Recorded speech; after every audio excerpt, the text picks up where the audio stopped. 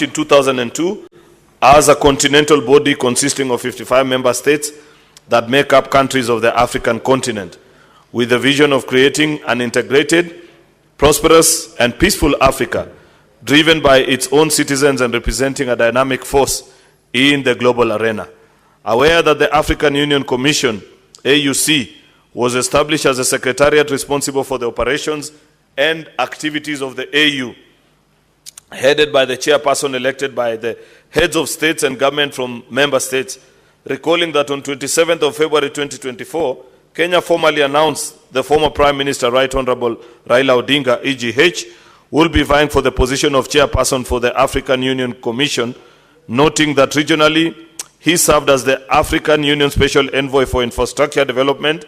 His Excellency the President endorsed Right Honorable Raila Odinga as Kenya's candidate for the chairperson of the African Union Commission, noting that the Right Honorable Raila Odinga's candidature for the position of the chairperson was not only his personal ambition, but also a symbol of Kenya's deep commitment to the goals of the African Union and its desire to participate in shaping the continent's future. Commending the government of Kenya, led by His Excellency the President, for a robust campaign in support of the candidate, reinforced by the continental integration and cooperation and guided by Kenya's foreign policy. Further commending the remarkable achievement by the Right Honorable Raila Odinga for emerging the runner-up in the election of the chairperson of the African Union Commission on Saturday the 15th of February 2025, recognizing the need to sustain Kenya's growing prominence on the continental stage and advocacy for a more united, prosperous, self-reliant Africa in resonance with the aspirations of millions of Africans who seek to see the continent empowered to chart its own course in the global arena. Now, therefore, the Senate, 1, expresses its profound thanks to the Right Honorable Raila Odinga, EGH, for demonstrating unwavering commitment to the service of Africa by offering his candidature for the position of chairperson of the African Union Commission, for his leadership in advancing Pan-African unity, for his dedication to the development and integration of the African continent, and for his distinguished attempt at the election. Second, records its thanks to His Excellency Dr. William Samoei Ruto, CGH, President and Commander-in-Chief of the Defense Forces of the Republic of Kenya, for endorsing the Right Honorable Raila Odinga, EGH, as Kenya's candidate for election as a chairperson of Africa Union, and for coordinating the campaign in support of his candidature. And 3, records its congratulations to His Excellency Mahmoud Ali Yusuf on his election as the chairperson of the Commission on Saturday, the 15th of February 2025. Mr. Speaker, this is a very important motion because the Senate must be recorded as having had a voice post the events of Addis, Saturday, the 15th, 2025. Because Kenyans will want to know 20, 30, 40, 50 years later, as students of history, on what leaders of this House thought of the candidature of the Right Honorable Prime Minister, and second and most importantly, whether we appreciated that even standing up to the stage and taking on the continent of Africa, seeking the support of the more than 48 heads of states and governments, Mr. Speaker, and securing the support of nearly half of them is no mean achievement. Never minding the fact, Mr. Speaker, that unfortunately we didn't clinch this position as a country. Mr. Speaker, you know there has been very many speculations on reasons. I've seen people say various things. So Senator Wambua's party leader weigh in. I've seen my good friend Senator Onyonka on TV shows. You know, Mr. Speaker, first of all, I hold the view that we can only opine about what may have led and what may not have worked well in this campaign. But it will be impossible to tell. Let nobody lie to the country that they are able to tell which countries voted in favor or against. Therefore, these theories that are being advanced here, oh, SADC, I think that's what Senator Onyonka was saying, or this or the other, you cannot tell. Because this was a secret ballot, Senator Onyonka. We watched from the floors of AU as people did cast their vote presidents were being handed a secret ballot. In fact, many of them, by the time of voting, had actually long left the room.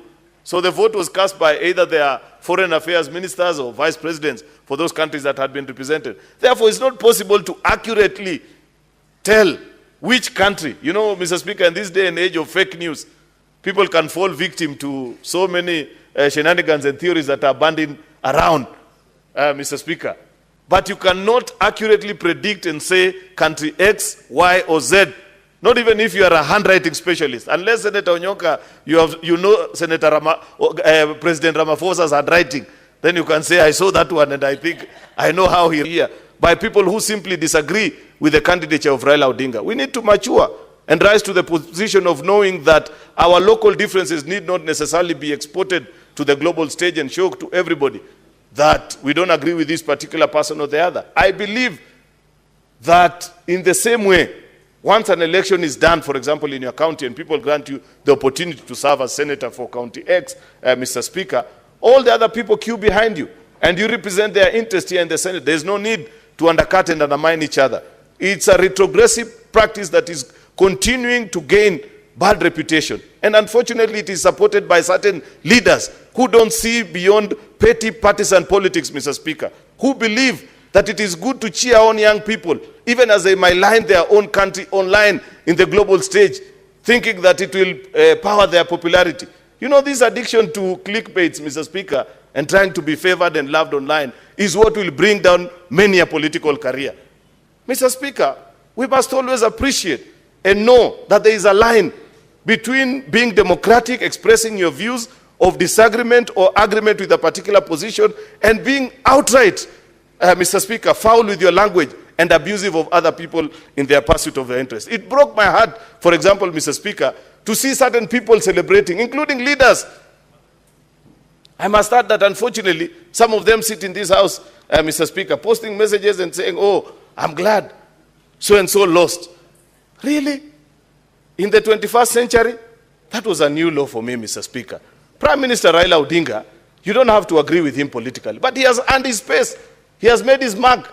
You may never have voted for him in your life, or like me, you may have voted for him once or twice, Mr. Speaker, but do we really have to sink that low as a country where even leaders, Mr. Speaker, post messages of celebration and saying, oh, we are glad you didn't do this or the other? I want to urge us as a country that perhaps it is time we pause and draw a line and realize that what is a fine line between politics? What are the things that you can agree on? What are the things that you can disagree on, Mr. Speaker? How do we learn to coexist with each other? What is this negative energy that has permeated our country so much, Mr. Speaker, that even on such solemn issues that can easily bring together a country, Mr. Speaker, we want to disagree on?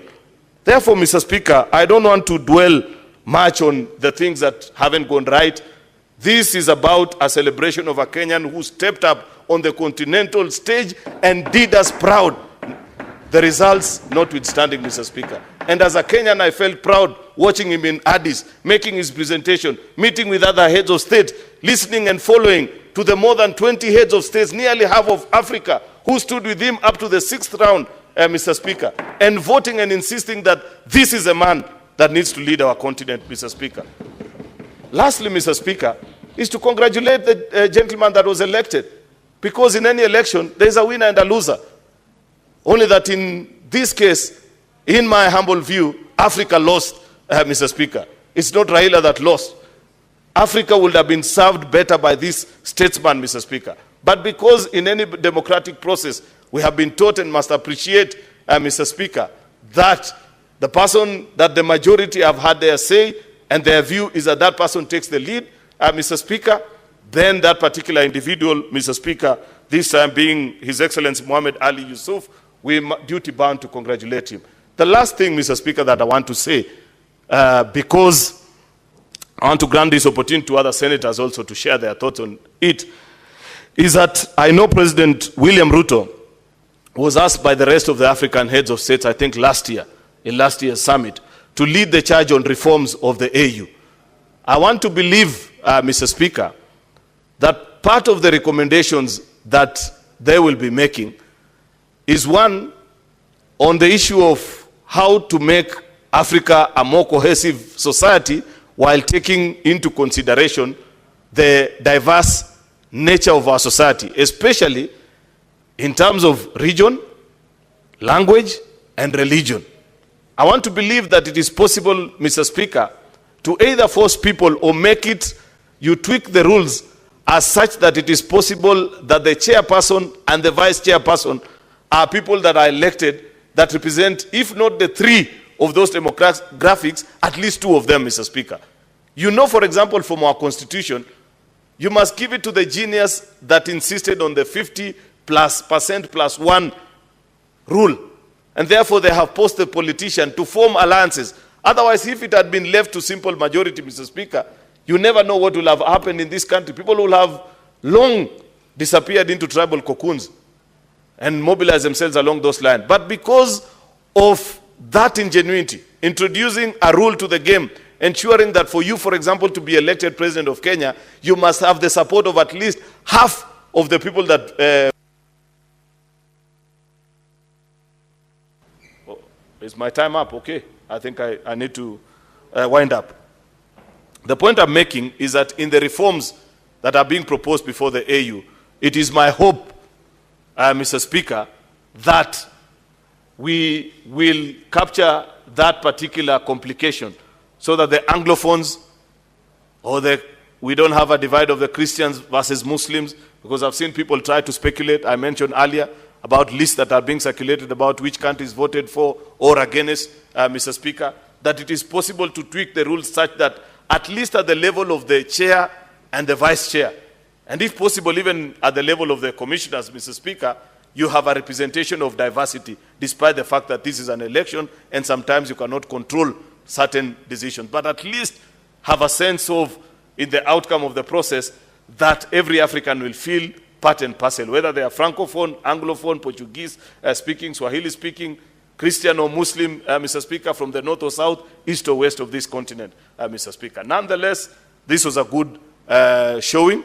I want to believe that as leaders, there are many things that we have learned from this particular exercise, how our society can become better, and therefore I want to yield the floor, Mr. Speaker, to listen to the views of those who agree with me, those who disagree with me. I am willing to listen and learn. I have shared my thoughts on why I think it is a lie to try and perpetuate that a particular region voted this or the other way. But maybe there are people who have ways of establishing which country voted in favor, which region did do this or the other. I want to yield the floor to listen to those particular people, Mr. Speaker. With those many remarks, I want to request the Senator for Homa Bay, none other than Senator Moses Kajwang, Chairperson of PAC, son of Suba, Mr. Speaker, to second this motion.